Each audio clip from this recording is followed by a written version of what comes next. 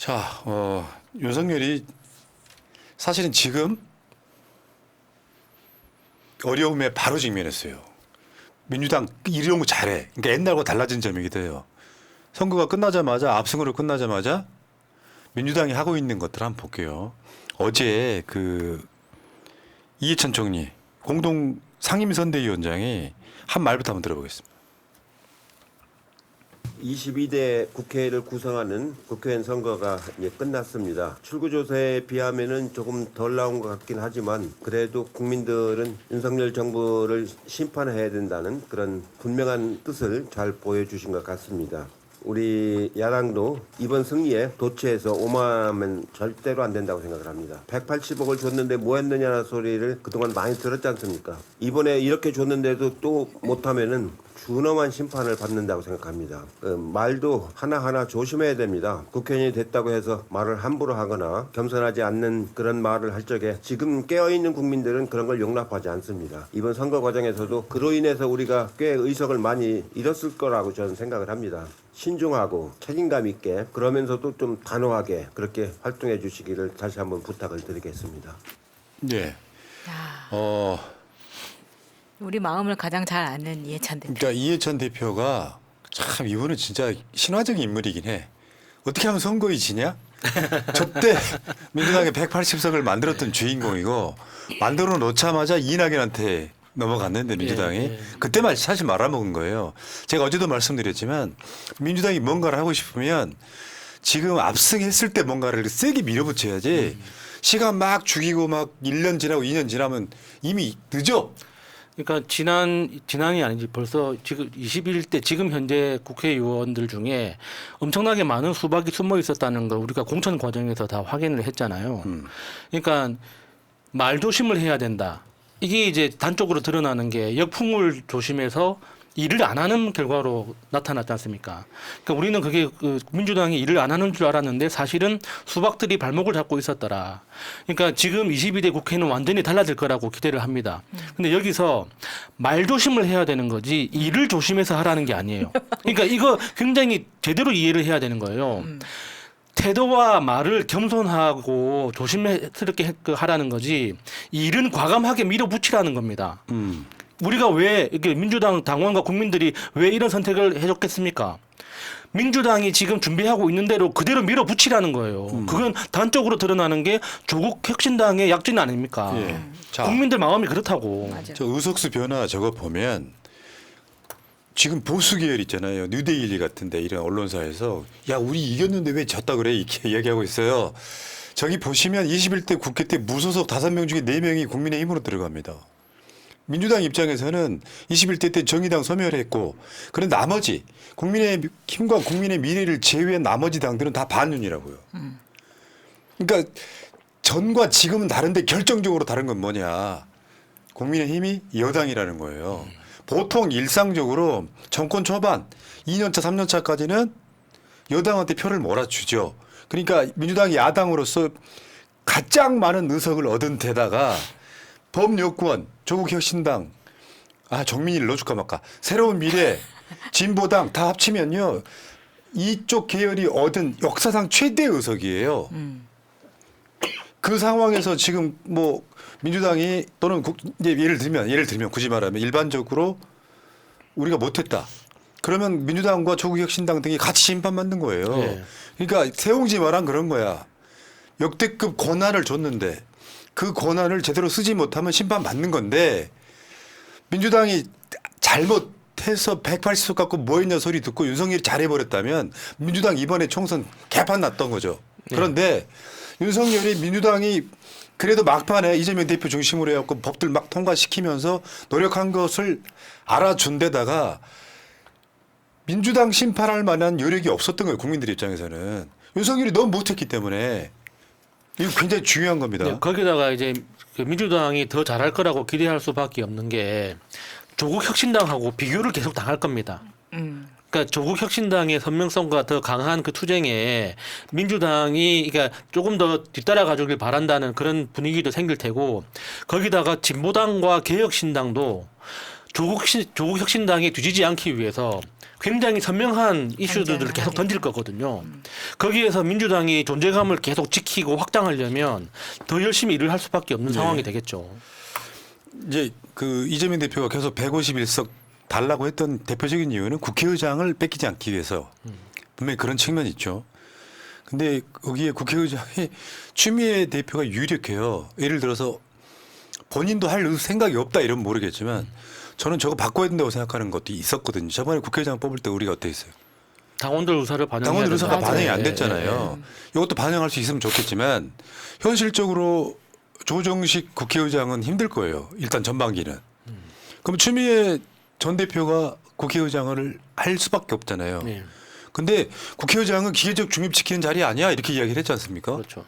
그럼 국회의장이 일단 빨라질 거예요. 김진표처럼 한 의제 갖고 한 6개월 묵히진 않아. 이거 윤석열한테 굉장히 리스크죠. 국가의전서열 2위가 추미애가 된다는 건 윤석열한테 악몽에 가까운 거죠. 내가 이렇게 돌아올 줄 몰랐지 이 자식아. 아, 내가 그 옛날 어? 그 직장 상사 들어가지고 직장도 뛰쳐나왔는데 다시 만나게 되잖아요. 그런데 민주당이 어제 최상병 특검 이번 국회 안에 끝내겠다. 지금 패스트트랙 지나가지고 국회 본회의에 부의가 돼 있어요. 그렇죠. 처리해야 돼 지금. 지금 21대 국회 임기는 5월 29일까지입니다. 22대 국회는 5월 30일부터 시작한단 말이에요. 어, 그때까지 뭐 합니까? 놀 거예요? 일해야지. 그렇지 하나 더 하고 가야지. 예. 그 최상병 특검에 대해서는 민주당이 이건 당대표 의지예요. 자, 22대 시작하기 전에 이번 국회 때 끝내자. 이거 또 거부권 행사하는지 보자. 그러니까 윤석열 입장에서도 22대 국회 시작하기 전에 거부권 행사한 법안 10개 채우는 것도 의미 있는 숫자가 될 겁니다. 지금 9개 법안에 대해서 거부권 행사했잖아요. 그러니까 그 아쉬우니까 10개까지 채우고 22대 국회 넘어가자. 그러네. 예. 근데 여기서 이제 윤석열의 고민이 시작되는 거지. 여기서 거부권 행사하면 민주당 계열은 빼고라도 국민의힘 내에서 반발할 겁니다. 당연하죠. 이번 낙선한 사람들이. 근데 문제는 윤석열 본인이 예. 이 특검의 대상인 거예요. 예, 예. 이 특검을 하고자 하는 이유는 윤석열이 관련이 있기 때문인 거예요. 이종섭이가 총선 직전에 호주 대사로 가면서 그 난리가 났었잖아요. 예.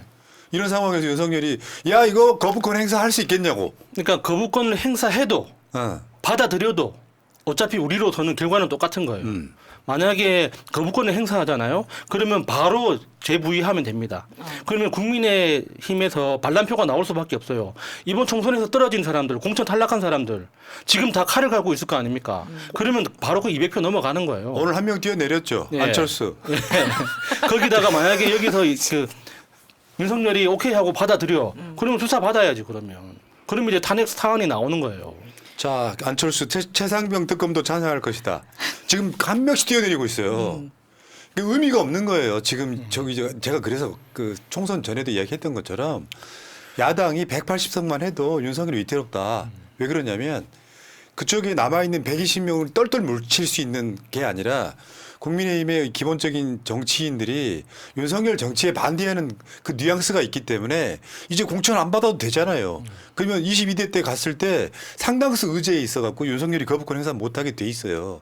근데 거부권을 남발하면 국민의힘 내에서 뭐 어떻게 하겠어요? 그래도 윤석열 입장에서는 어렵게 지킨 거부권인데 한 번은 좀 써보고 싶지 않겠습니까? 이게 얼마나 소중합니까? 아, 그렇지. 이렇게 피 흘려가며 지킨 이 거부권, 이 소중한 내 거부권, 이거 한 번 써보고 싶겠죠. 한 번도 내주지 않았던 나의 거부권. 소중히. 나의 소중히 거부권. 근데 김건희 특검도 거부를 했잖아요. 예. 그것도 있을 수 없는 일이 일어난 거잖아요. 그렇죠. 예. 의혹이 없으면 당연히 그걸 받아들여서 한번 수사해봐.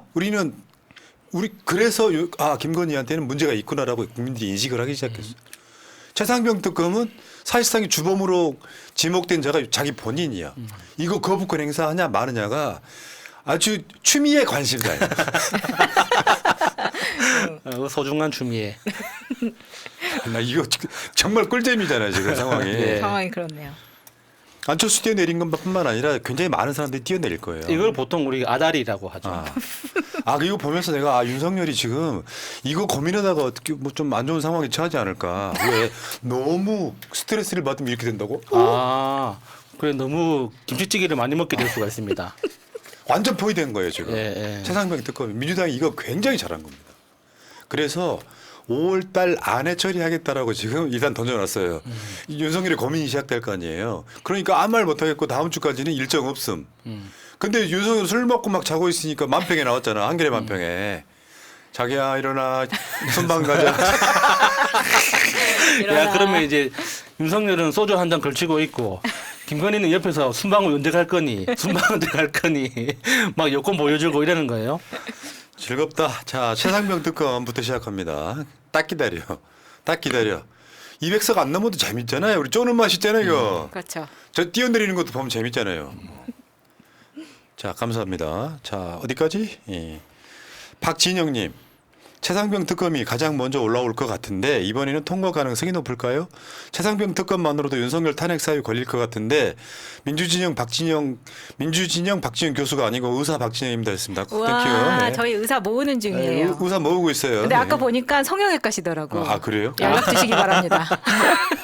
연락 주세요. 네. 저도 필요해요. 지방 제거하시는지 궁금하네요. 이치께서 행복하냐님 45년생 꼰대도 45년생이 우리 어머니랑 동갑? 45년생 꼰대도 새날 구독 5년차 새날 화이팅 이번 총선의 총아 새날 감사합니다. 예. 자 이치께서 행복하냐님 13번 당선이 최고 기쁨. 아 임미애 후보 나도 임미애 후보 당선 확정되고 괜히 마음이 뭉클했어요. 그 두 부부랑 엄청나게 맞아, 고생 많이 하셔서. 날 소중이 같은 분들이 두 분 다 감사하고요. 자 리틀 DJ님 감사합니다. 저번에 총선 끝나자마자 리틀 DJ님이 또 저렇게 스포츠 리틀 쐈는데 DJ님 자꾸 이러시다가 그러니까 내가 경황이 없었고 못 읽어드려갖고 지금 죄책감에 이틀 동안 지내고 있었는데 잘하셨어요. 감사합니다. 감사합니다. 오늘 또 난님 성렬이 성의 소중히 거부권을 꼭 지켜주세요. 자 박기복님 이분은 기복신앙이신가 봐요. 감사합니다. 땡큐 고맙습니다. 다음 주제로 가겠습니다.